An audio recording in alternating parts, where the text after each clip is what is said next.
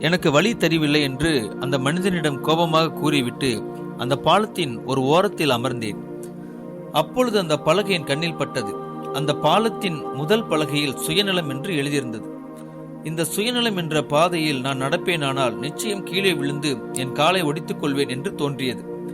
அப்பொழுதுதான் நான் அந்த மனிதனிடம் பேசியது என் ஞாபகத்திற்கு வந்தது. எவ்வளவு சுயநலமாக நான் பேசிவிட்டேன். மீண்டும் எழுந்து அந்த மனிதனுக்கு உதவி செய்ய அவனிடம் பேசத் தொடங்கினேன். நீ கவலைப்படாதே, நான் உனக்கு உதவி செய்வேன். உன் உடைந்த காலுக்கு மருந்து போட்டு உன் காயங்களை கட்டி உன்னை பத்திரமாய் போக வேண்டிய பாதையில் கொண்டு போய் விடுவேன் என்று கூறினேன். அப்பொழுது நான் பேசின வார்த்தைகள் ஒன்று சேர்ந்து ஒரு கயிறு போல் ஆனது. அந்த கயிற்றின் பெயர் அன்பின் கயிறு என்று எழுதியிருந்தது. அவன் அந்த கயிற்றை பிடித்துக் கொண்டான். நான் அவனை பத்திரமாக தூக்கி மேலே கொண்டு வந்தேன். அவனுக்கு என் பட்டயத்தினால் அவன் புண்களில் உள்ள துரும்பை எடுத்து போட்டு என் ஆவியின் கனியினால் நற்குணம் என்ற சுவையின் சாறை அந்த காயத்தின் மீது பிழிந்தேன். அப்பொழுது அந்த காயம் மறைந்து போய் அவன் சுகமானான். அப்பொழுது அவனை பார்த்து, உன் பெயர் என்ன என்று கேட்டேன். அதற்கு அவன், என் பெயர் பொதுநலம் என்றான். பிறகு அவன், நான் இதன் வழியாக செல்கிறேன் என்று சொல்லி அந்த பாலத்தில் அவனுடைய காலை வைத்த மாத்திரத்தில் அவன் மறைந்து போனான். ஆனால் அந்த பாலத்தில் இரு பக்கமும் திடீரென்று இரும்பு பிடிமானங்கள் தோன்றியது. அந்த பிடிமானத்தை பிடித்து நான் நடக்கத் தொடங்கினேன். அந்த பிடிமானத்தில் பொதுநலம் என்று எழுதியிருந்தது. நான் அந்த பிடிமானத்தை உறுதியாக பிடித்துக் கொண்டு அந்த பாலத்தில் கடந்து கொண்டிருந்தேன். அப்பொழுது என் தலைக்கு மேலே மிகப்பெரிய சில விசித்திரமான ஜந்துக்கள் பறந்து கொண்டிருந்தது. அது மிகவும் கருப்பாய் இருந்தது. அதன் நெற்றியில் வறுமை என்று எழுதியிருந்தது. அதற்கு கண்கள் எங்கு உள்ளது என்று தெரியவில்லை. அதில் ஒன்று அந்த பாலத்தை வேகமாக வந்து உரசி சென்றது. அந்த பாலம் மிகவும் ஆடியது. நான் அந்த பாலத்தின் கம்பிகளை உறுதியாக பற்றி கொண்டு தைரியத்தோடு நடக்கத் தொடங்கினேன். பிறகு அந்த பறவையை நான் காணவில்லை. நான் நிதானத்தோடு நடக்கத் தொடங்கினேன். அப்பொழுதுதான் அதை பார்த்தேன். அது அந்த பாலத்தின் மேல் எனக்கு எதிராய் அமர்ந்து கொண்டிருந்தது. நான் அதை தாண்டியாக வேண்டும். எப்படி எனக்கு ஒன்றும் புரியவில்லை. அது தன்னுடைய வாயை விரித்து கொண்டு என்னை விழுங்கும்படி காத்திருப்பதை போல் இருந்தது. நான் அப்படியே அந்த பாலத்தில் என்ன செய்வது என்று தெரியாமல் திகைத்து நின்றேன்.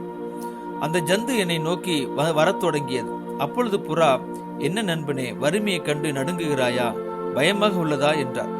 ஆம், ஆனாலும் இவனில் இருக்கிறவனிலும் என்னில் இருக்கிறவர் பெரியவர் என்று சொல்லிக்கொண்டு அந்த வறுமையை நோக்கி பார்த்தேன்.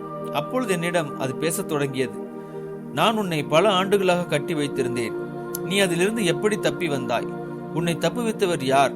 உன் கட்டுகளை அவிழ்த்தவர் யார்? நீ என்றும் எனக்கு உரியவன் என்று கூறியது.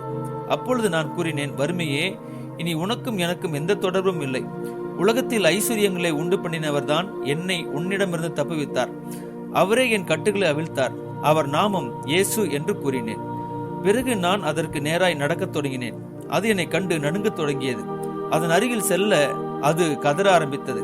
அப்பொழுது நான், சாவை வென்ற நாமம் இயேசுவின் நாமம், என் வியாதியை அழித்த நாமம் இயேசுவின் நாமம், என் வறுமையை ஜெயித்த நாமம் இயேசுவின் நாமம், என் பாவத்தை கழுவிய நாமம் இயேசுவின் நாமம், என்னை வழிநடத்துகிற நாமம் இயேசுவின் நாமம், இந்த நாமத்திற்கு முன்பாக நீ நிற்க கூடுமா என்றேன்.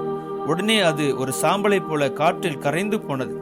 பிறகு அந்த பாலத்தை நான் கடந்து அதன் முடிவில் உள்ள வாசலுக்கு வந்தேன். அந்த வாசலின் தலைப்பகுதியில் விசுவாசம் என்று எழுதியிருந்தது. அதன் கீழ், அழிந்து போகிற பொன் அக்கினினாலே சோதிக்கப்படும். அதை பார்க்கிலும் அதிக வெளியேற பெற்றதாய் இருக்கிற உங்கள் விசுவாசம் சோதிக்கப்பட்டு இயேசு கிறிஸ்து வெளிப்படும் பொழுது உங்களுக்கு புகழ்ச்சியும் கனமும் மகிமையும் உண்டாக காணப்படும். 1 பேதுரு 1:7 என்று எழுதியிருந்தது. நான் ஆவியின் கனியால் அந்த வாசலை திறந்தேன். அங்கே அநேக பாதைகள் குறுக்கும் நெடுக்குமாய் காணப்பட்டது. நான் செல்ல வேண்டிய பாதை எனக்கு புலப்படவில்லை. இந்த பாதைகளில் நான் எதில் செல்ல வேண்டும் என எனக்கு ஒன்றும் புரியவில்லை. நான் புறாவை நோக்கி பார்த்தேன். அப்பொழுது புறா, உன் விசுவாசத்தால் மாத்திரமே உன் பாதையை நீ காண முடியும் என்றது. நான் அந்த பாதைகளை பார்த்தேன். அதில் ஒவ்வொன்றிலும் ஒவ்வொரு போதனைகள் இருந்தன. அவைகள் சத்திய வசனங்களை கொண்டு தங்கள் பாதையின் வடிவத்திற்கு ஏற்ப, தங்கள் ஆடம்பர சுகபோகத்திற்கு ஏற்ப வசனங்களை வளைத்தும் நெளித்தும் அந்த பாதையில் அடுக்கி வைத்திருந்தது. அப்பொழுது இந்த வசனம் எனக்கு நினைப்பூட்டப்பட்டது. 2 தீமோத்தேயு 4:3. ஏனென்றால் அவர்கள் ஆரோக்கியமான உபதேசத்தை பொறுக்க மனதில்லாமல் செவித்திணை உள்ளவர்களாகி தங்கள் சுய இச்சைகளுக்கு ஏற்ற போதகர்களை தங்களுக்கு திரளாய் சேர்த்து கொண்டு என்று எழுதியிருந்தது. அந்த ஒவ்வொரு பாதையையும் தனக்கென்று ஒரு போதனையை கொண்டு அந்த பாதையை அலங்கரித்து வைத்திருந்தது. இந்த பாதைகளின் முடிவு என்ன என்று ஆவியானவரிடம் கேட்டேன். அதற்கு